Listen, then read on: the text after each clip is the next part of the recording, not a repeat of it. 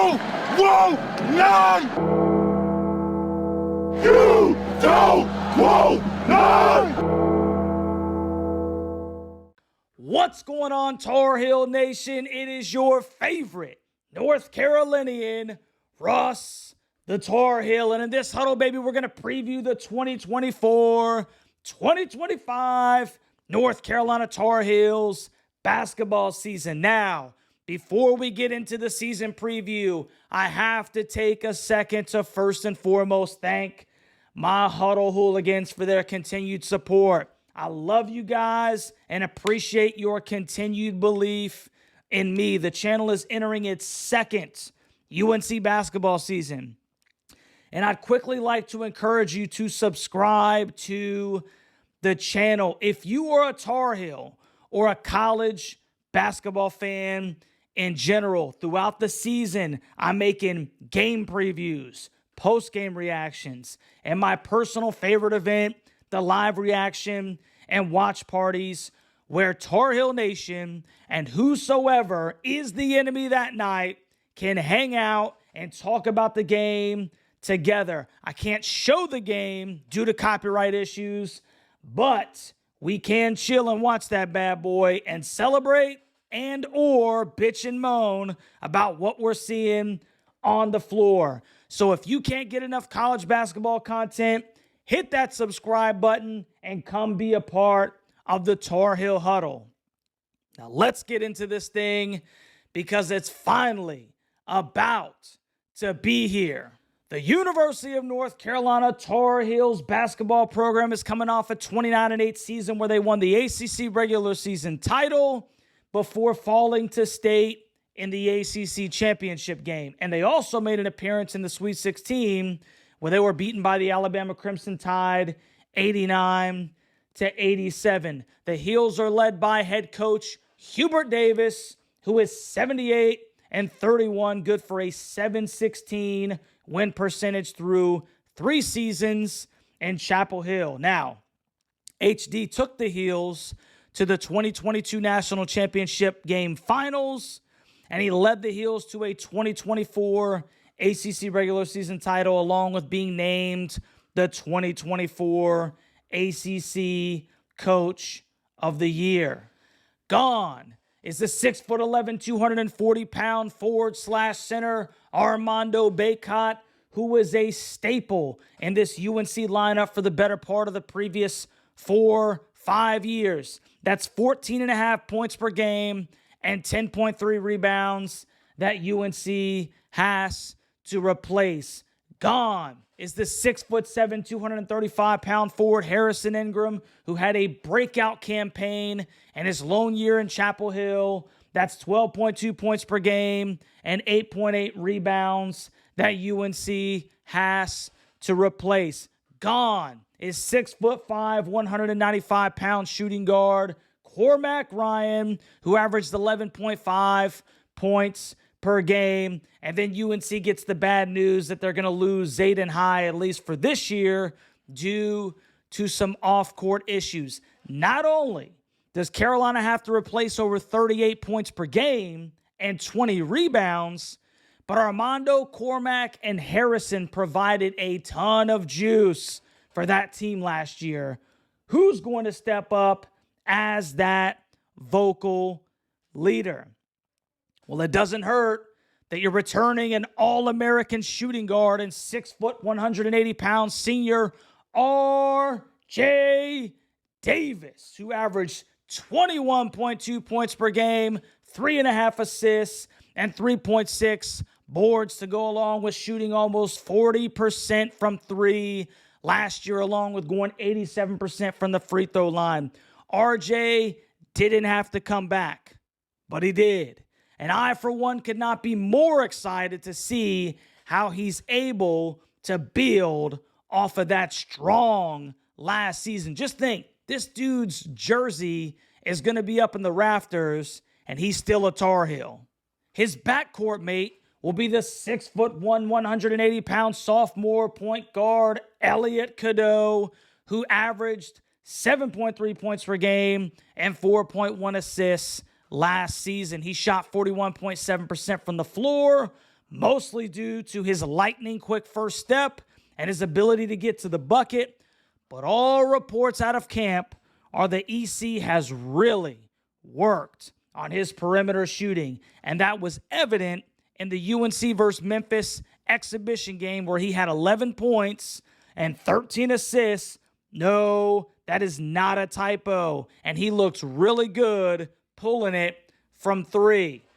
Then there's the 6'3", 195-pound junior guard, Seth Trimble, who also returns after briefly testing the transfer portal. And this kid has completely revamped his basketball game. Seth averaged 5.2 points per game, along with 2.1 boards last year in somewhat limited action. But after a 33-point outburst against Memphis in the exhibition, immediately following the fact that he dropped 19 in the blue-white scrimmage before that, this kid is trying to make it hard for Coach Hubert Davis to keep him off the court if he keeps it up. We already knew that Seth could start a small business creating posters if you tried to jump with him. But my dude was looking really good from the elbow, from the perimeter. I mean, when you're an athlete and you can shoot, oh my goodness gracious, bro. The sky is the limit for you, and I am extremely excited about what Seth brings to the table in 2024-2025. Then there's 6'9", 220-pound senior forward Jalen Withers, who returns after averaging 4.2 points per game and 3.6 rebounds. Now, Jalen kind of had an up-and-down season where there were times he was really able to flash that athleticism, and he is an athlete.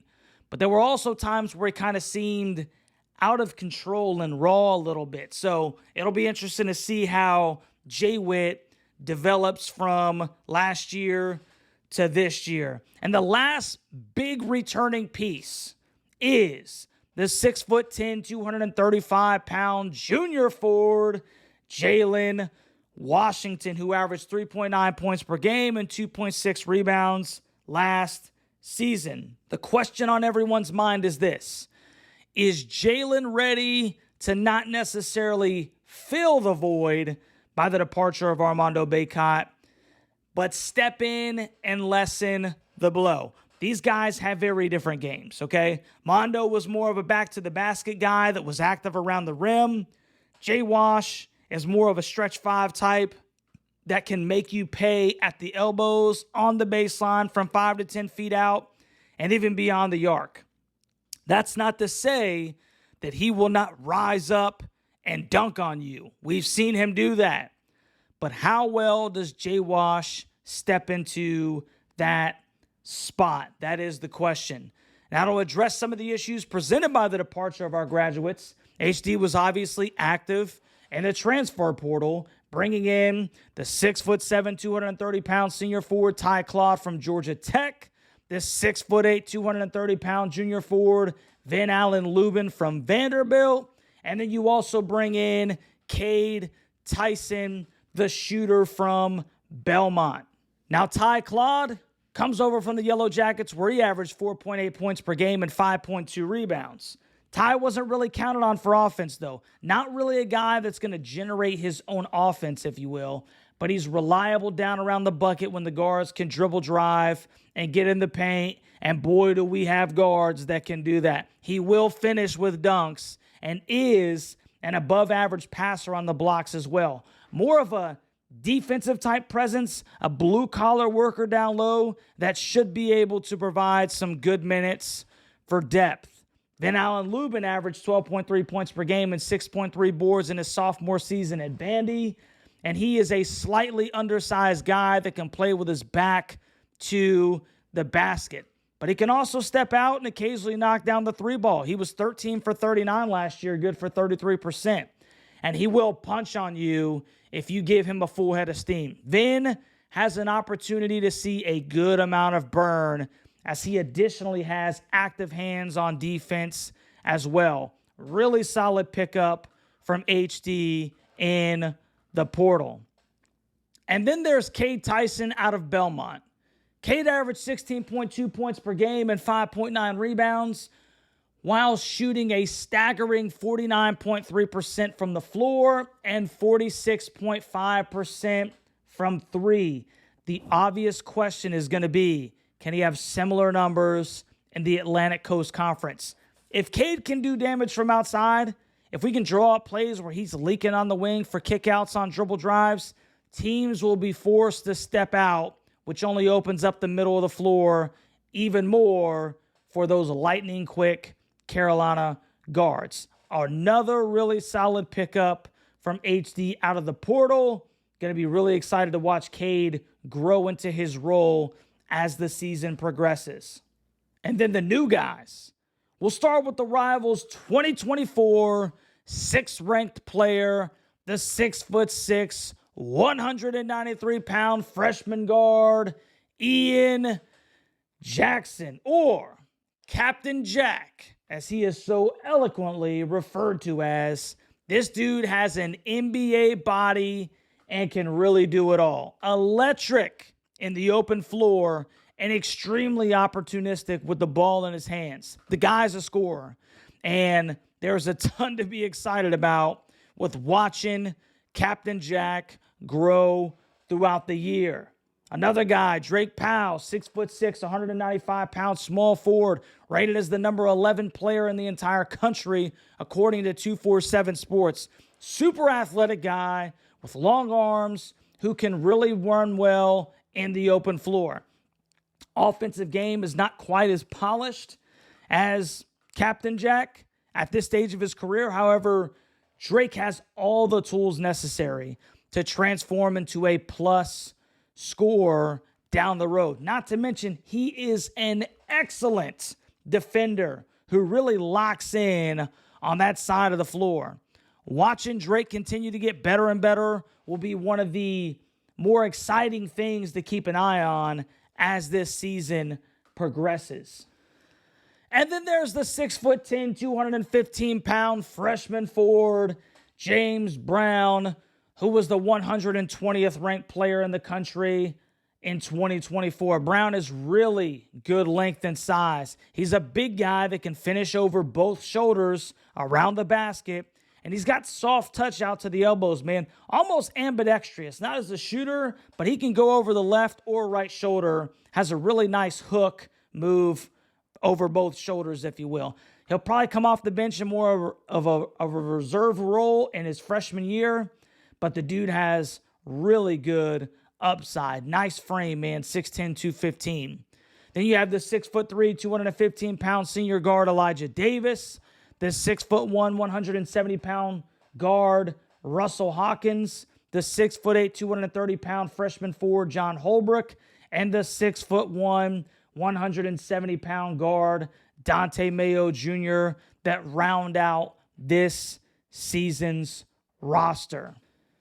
So now let's take a look at the schedule and the games of note. And obviously, November 4th, Carolina opens up with Elon in the home opener. So, really good opportunity for Carolina to get into the D.N.E. Smith Center, get a W under their belt, iron out some kinks, because 4 days later, November 8th, Carolina travels to Lawrence, Kansas, and they take on the number 1 Kansas Jayhawks. And how this game is on ESPN2 is one of the great mysteries of the world. That's going to be a fantastic early season test for this UNC basketball team. Another game of note, and I see what you did here, HD. November 23rd, Carolina travels out to Hawaii to take on the Rainbow Warriors. And that's obviously before their Maui Invitational event where they take on Dayton November 25th. So, to me, makes perfect sense. HD said, hey, let's get a couple of more days out there in Hawaii. When are we going to get the schedule, to play North Carolina and Hawaii? So he took advantage of this opportunity, and he gets the Hawaii Rainbow Warriors on the schedule. I love it. I stinking love it, man. So Carolina will be out in Hawaii on the 23rd of November. That's going to be a really late basketball game, but your boy will be watching it. And then obviously the Maui Invitational starts November 25th against Dayton. Then Carolina plays the number 2 Alabama Crimson Tide in Chapel Hill, and what will be a fantastic opportunity to get some get back from last year's Sweet 16 loss. Now, North Carolina starts their ACC slate on December 12th against Georgia Tech at home. Remember, Carolina lost to Tech last year in Atlanta, so another great opportunity to get some get back. Another games of note, December 17th, Carolina takes on number 21 Florida in the Jumpman Invitational.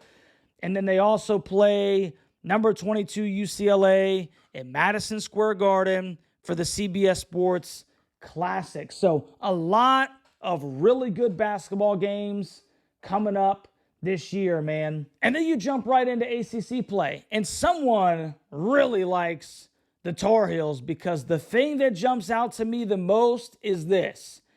Carolina does not have to go to SMU, Cal, or Stanford this year. So SMU visits Chapel Hill on the 7th, Cal visits Chapel Hill on January 15th, and Stanford visits Chapel Hill on January 18th. How in the world Carolina was able to escape going to the West Coast, for ACC games in their first year, somebody's a stinking Tar Heel up there, but I will stinking take it. The get-back games are obviously against State, January 11th, and a home tilt on February 19th. And then the creme de la creme of college basketball, Carolina Duke, February 1st in Durham, and March 8th to end the regular season in the Dean Dome. So let's get into some things to watch going in to the season. The number one thing that I'm looking for going into the 2024-2025 UNC basketball campaign is this. Like was already mentioned, gone is Armando Bacot from this team, and HD didn't bring in a 1-for-1 to take his place.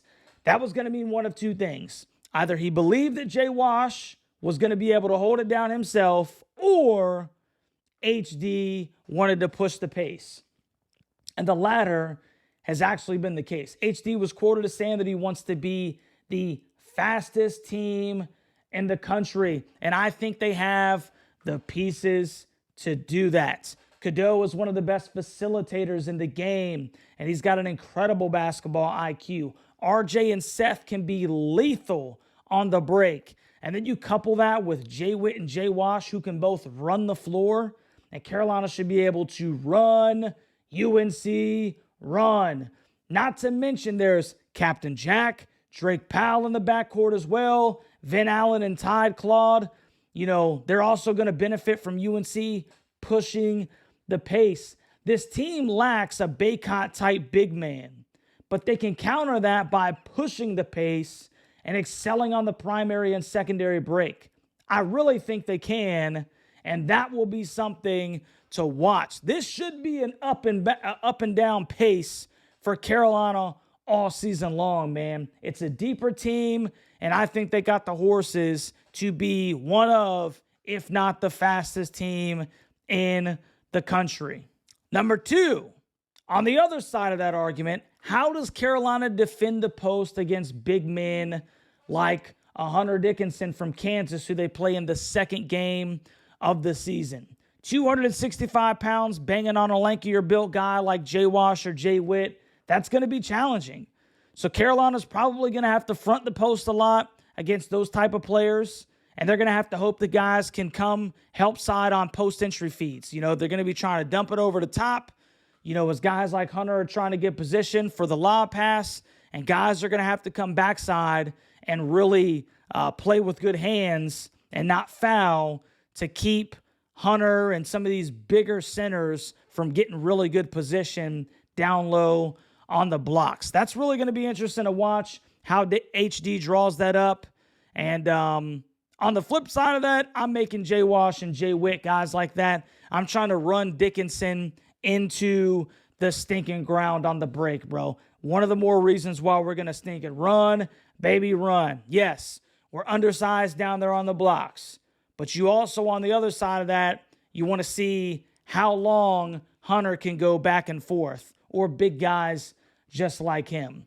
And number 3, can EC be a threat from beyond the arc?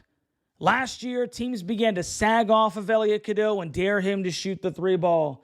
They finished the season shooting 18.9% from 3.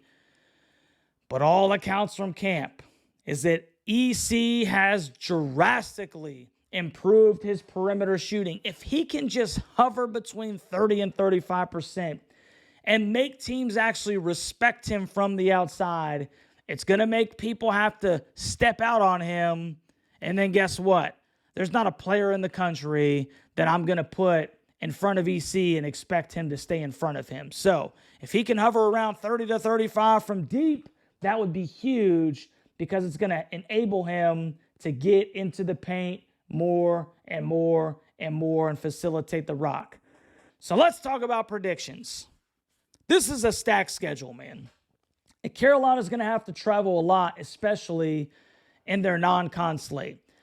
Don't be surprised if there are a couple of early season losses to some of these better teams on the schedule. But the Heels will really turn it up come ACC play. I'm telling you guys, I definitely think that this is a 30-plus win basketball team. And my personal prediction right now is that Carolina is for sure an Elite 8 team with the ability to cut down the nets in San Antonio at the end of the year. EC and RJ make up one of the best backcourts in America. If Seth can give half of the production that he's given in the scrimmage and exhibition, look out.